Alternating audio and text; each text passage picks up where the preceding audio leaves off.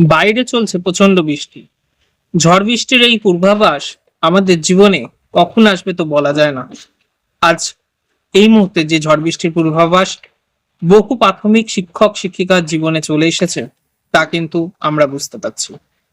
কিছুক্ষণ আগেই সুপ্রিম কোর্টের বিচারপতিগণ একটি উল্লেখযোগ্য তাৎপর্যপূর্ণ বক্তব্য দিয়েছেন এবং তারা একটি ডেডলাইন বেঁধে দিয়েছেন।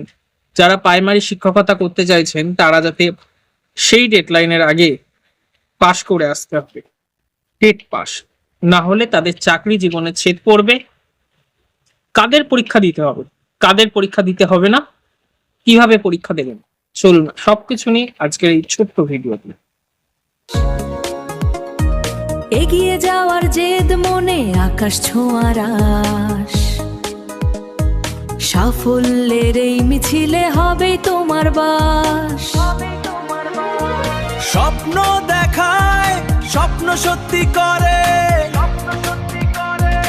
এক্সাম মাস্টার গৌরব হালদার তোমার পাশে লড়ে।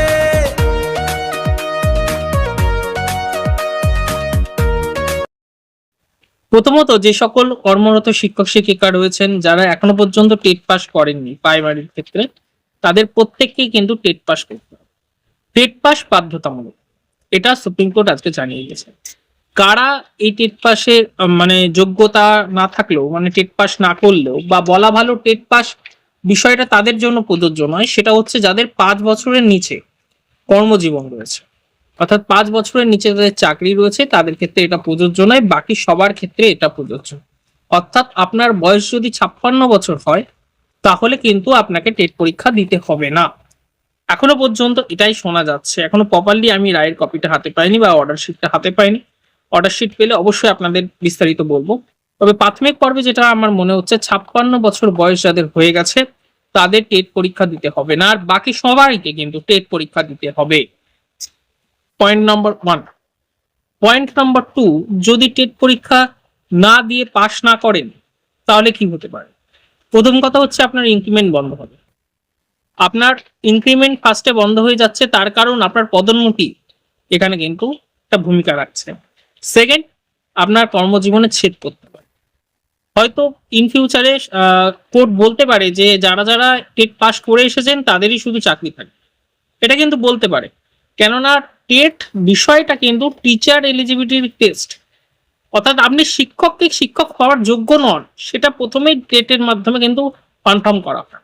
তাই সেই বিষয়টা একটু মাথায় রাখবেন।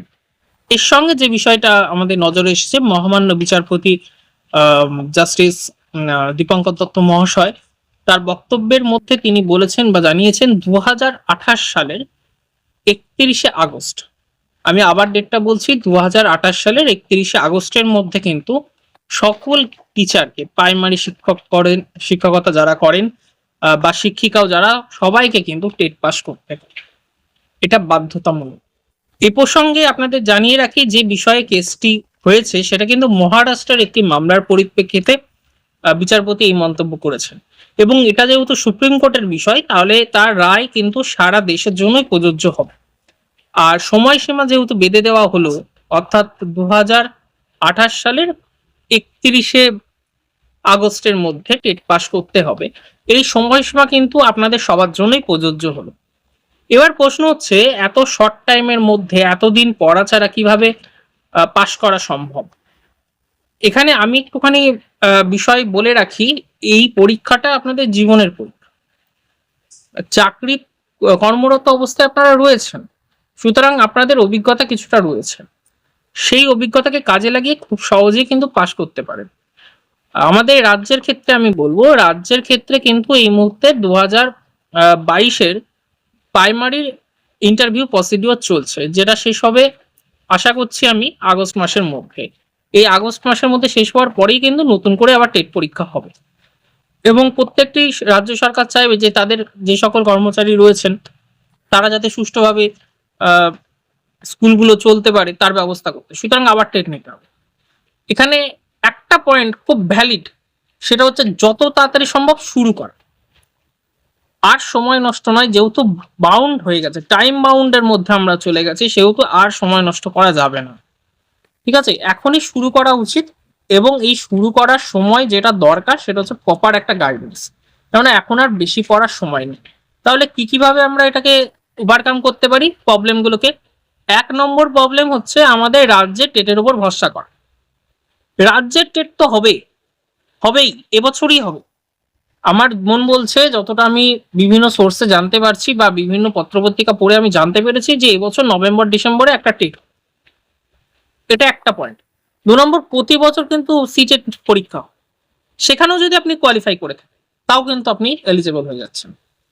তো এই জায়গাটাকে একটু মাথায় রাখতে হবে, যে আমার ক্ষেত্রে বা আমাদের যারা এরকম ইন সার্ভিস টিচার রয়েছেন তাদের ক্ষেত্রে আমরা 3 থেকে 4টে সুযোগ পাবো। তো আমরা 4টে সুযোগ নষ্ট করব না, 4টে সুযোগের প্রথম সুযোগটাকেই আমরা কাজে লাগাবো। আমাদের রাজ্যের টেট যদি নভেম্বর মাসের জায়গায় জানুয়ারি হয়, আমি সিটেট পাবো। আমি প্রিপারেশনটা আমি সেইভাবে নেবো। তো প্রিপারেশনটা কিভাবে নেবো? অনেকদিন আগে আমরা পড়াশোনা করে এসেছি বা পড়াশোনা করিনি, যেটাই হোক হতে পারে, কোনো অসুবিধা নেই। তবে তার জন্য প্রথম যেটা আমাদের উইক পয়েন্ট সেটা হচ্ছে সিডিপি সব থেকে আমাদের উইক পয়েন্ট। এই উইক পয়েন্টটাকে আমাদের কিন্তু কাজে লাগাতে হবে। উইক পয়েন্টটাকে আমাদের স্ট্রং করার চেষ্টা করতে হবে প্রথম। সেই জন্য কিন্তু প্রপার গাইডেন্সের দরকার। বেঙ্গলি, ইংলিশ, ম্যাথ, ইভিএস মোটামুটি ম্যাথের ক্ষেত্রে আমি বলবো কিছুটা পারা যায়, কিছুটা আপনারা জানবেন, কেননা 20 নম্বর থাকবে যেখানে আপনারা জানেন জিনিসটা। আর 10 নম্বর কিন্তু আপনাকে পড়তে হবে বা বিষয় সম্পর্কে জ্ঞান নিতে হবে। তো এই জ্ঞান এবং বিষয় সম্পর্কে অবগত হওয়ার জন্য আপনাদের কিন্তু প্রচুর পরিমাণে টেক্সট বই পড়া উচিত। টেক্সট বই কোনটা পড়া উচিত? ডিএলএড এর বই পড়া উচিত। কিন্তু এখন তো সময় অতটা নেই। তাহলে এখন আমি কি করে প্রিপারেশন এত শর্ট টাইমে নিতে পারবো? তার জন্য এখন এমন বই পড়া উচিত যে বইটায় প্রথমে ডেসক্রিপটিভ পার্ট রয়েছে, তারপরে ওয়ান লাইনার আর এমসিকিউ রয়েছে। তাতে কি হবে? অল্প সময়ের মধ্যে বিষয় সম্পর্কে জ্ঞান নিয়ে আপনি কিন্তু প্রপারলি পড়তে পারবেন। এটা হচ্ছে প্রথম বিষয়।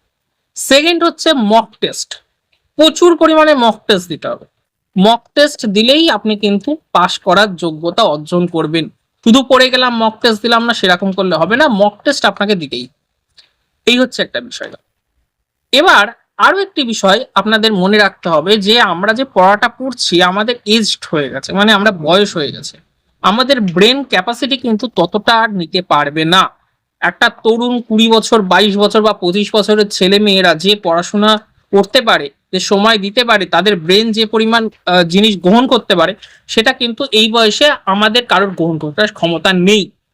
তাহলে কি করতে হবে? আমাদের যাতে ওই ক্লাসগুলো বা আমরা যেখানে পড়ছি বা আমরা যা পড়বো সেটা যেন রিপিটেডলি হচ্ছে। আরো ভালো করে বোঝানোর জন্য আমি বলে দিচ্ছি, যার কাছে অ্যাডমিশনটা নেবেন তার ক্লাসগুলো যেন বারবার রিপিটেডলি আপনারা দেখতে পান, সেই বিষয়টা কিন্তু নজরে রাখতে হবে। যদি বারবার আমার দেখার সুযোগ থাকে তাহলে আমি সেই সেন্টার বা সেই কোচিং সেন্টার চুজ করব। আমার এখানে নাম্বার যাচ্ছে, আপনারা আমাদের সেন্টারে যোগাযোগ করতে পারেন। বহু ইন সার্ভিস টিচার কিন্তু এই মুহূর্তে আমাদের এই সেন্টারে অ্যাডমিশন নিয়েছেন। তারা কিন্তু এখনো পর্যন্ত আমি বলতে পারি প্রায় 2-2.5 মাস হয়ে গেল তারা কিন্তু অনলাইনে কোচিং নিচ্ছে। ঠিক আছে, সেই জন্য তাদের যে পথ আপনারা অনুসরণ করুন, আমি বলবো তাতে সুবিধা হবে। আমাদের ক্লাসের সিস্টেমটা কি? আমাদের প্রথমে লাইভ ক্লাস হচ্ছে। লাইভ ক্লাস হওয়ার পর সেই ক্লাসটা রেকর্ডিং অবস্থায় ওয়েবসাইটে চলে যাচ্ছে। ওয়েবসাইটে আপনারা যতবার খুশি ক্লাসটা দেখতে পাচ্ছেন। প্রত্যেকটি অধ্যায় থেকে, প্রত্যেকটি সাবজেক্টের প্রত্যেকটি অধ্যায় থেকে মক টেস্ট থাকছে 50টা করে। বইয়ের প্যাটার্ন প্রিন্ট বই, সহজে যাতে পড়তে পারেন, যে কোনো সময় ওপেন করে পড়তে পারেন। পিডিএফ নয়, মোবাইলের বই মোবাইলেই থাকে, পড়া হয় না। প্রিন্ট বই আমরা আপনাদের প্রোভাইড করব। প্রিন্ট বইয়ের দুটো পার্ট, আমরা যে দুটো পার্ট বললাম সেই দুটো পার্ট রয়েছে, একটা ডেসক্রিপটিভ, একটা ওয়ান লাইনার আর এমসিকিউ, যার ফলে সহজে পড়ে মুখস্থ করতে পারবেন। কতগুলো করে এক একটা অধ্যায় থেকে প্রশ্ন রয়েছে? 150 থেকে 200টা করে প্রশ্ন রয়েছে এক একটা অধ্যায়, যার ফলে সহজে জিনিসটা বুঝতে পারবেন। টিচাররা যারা রয়েছেন তারা কিন্তু প্রত্যেকেই টেট কোয়ালিফাই করে এসেছে। আর আমাদের স্টাডি মেটেরিয়াল কিন্তু আমরা ওপেন ফরম্যাটে কখনো ওপেন করি। আমাদের মান্থলি ফিস আছে, আপনারা 1 মাসের ফিস দিয়ে স্টাডি মেটেরিয়ালটা নিয়ে দেখতে পারেন কেমন হচ্ছে, তারপরে সিদ্ধান্ত আপনার। এইটুকুনি শুধু বলার। মক টেস্টের বিষয়টা আমি একটু বলে দিই। মক টেস্ট আমাদের প্রত্যেকটি সাবজেক্টের প্রতিটি অধ্যায় থেকে যেমন রয়েছে, ফুল লেন্থের মক টেস্ট আমরা 30টা আপনাকে প্রোভাইড করবো প্রিন্ট অবস্থায়। 30টা ওএমআর শিট সহ আমরা দেবো। ওয়েবসাইটে আরো 30টা ফুল লেন্থের মক টেস্ট দেবো। তারপরে টোটাল মক টেস্ট সংখ্যা দাঁড়াচ্ছে 60টা। আপনাকে কোনো মক টেস্টের বই আর বাইরে থেকে কিনতে হচ্ছে না, কোনো স্টাডি মেটেরিয়াল বাইরে থেকে কিনতে হচ্ছে না। একই ক্লাস বারবার দেখার সুযোগ থাকছে ওয়েবসাইটের মধ্যে, কতটা পড়েছেন সেটাও দেখার সুযোগ থাকছে ওয়েবসাইটের মক টেস্টের মধ্যে। এতগুলো ফেসিলিটি কিন্তু আপনাদের জন্য রয়েছে। এরপরেও যদি সময় নষ্ট করতে চান কোনো অসুবিধা নেই, কোনো অসুবিধা নেই। সেক্ষেত্রে সুপ্রিম কোর্টের একটা কথা জাস্ট আপনাদের মনে করিয়ে দিই, যদি ওই শিক্ষক পদোন্নতি না চান বা চাকরি যদি না করতে চান, তাহলে 2 বছর পরে অর্থাৎ 2028-এর 31শে ডিসেম্বরের পরে তাকে কিন্তু চাকরি ছাড়তে। তো যদি আপনার মনে হয় আমি পরীক্ষা দেবো না, আমি চাকরি ছাড়বো, তাহলে ঠিক আছে, কোনো অসুবিধা নেই। আর যদি মনে করেন পরীক্ষা দিতে হবে, তাহলে যত তাড়াতাড়ি সম্ভব ভর্তি হয়ে যান, সময় নষ্ট করবেন না। সময় কিন্তু নদীর স্রোতের মতো বয়ে যাবে বয়ে যাবে, এই 2028 সাল দেখতে দেখতে চলে আসবে, তাই এখনই শুরু। এই রকম ভিডিও দেখার জন্য আমাদের চ্যানেল সাবস্ক্রাইব করুন। ভালো লাগলে লাইক করুন, কোনো প্রশ্ন থাকলে কমেন্টস করুন।